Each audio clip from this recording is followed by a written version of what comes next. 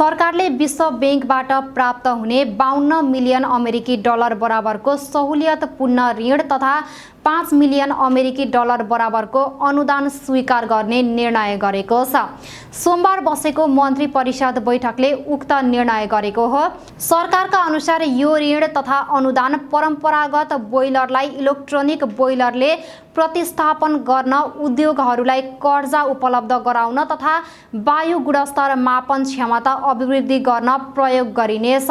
यसले औद्योगिक क्षेत्रमा आधुनिक प्रविधिको प्रयोग बढाउनुका साथै वातावरणीय सुधारमा योगदान पुग्ने अपेक्षा गरिएको छ। बैठकले थप रूपमा भारतसँग G2G सरकार माध्यमबाट रासायनिक मल खरिदका लागि पनि सैद्धान्तिक स्वीकृति दिएको छ। यस अन्तर्गत 60,000 मेट्रिक टन युरा र 20,000 मेट्रिक टन DAP मल खरिद गरिनेछ।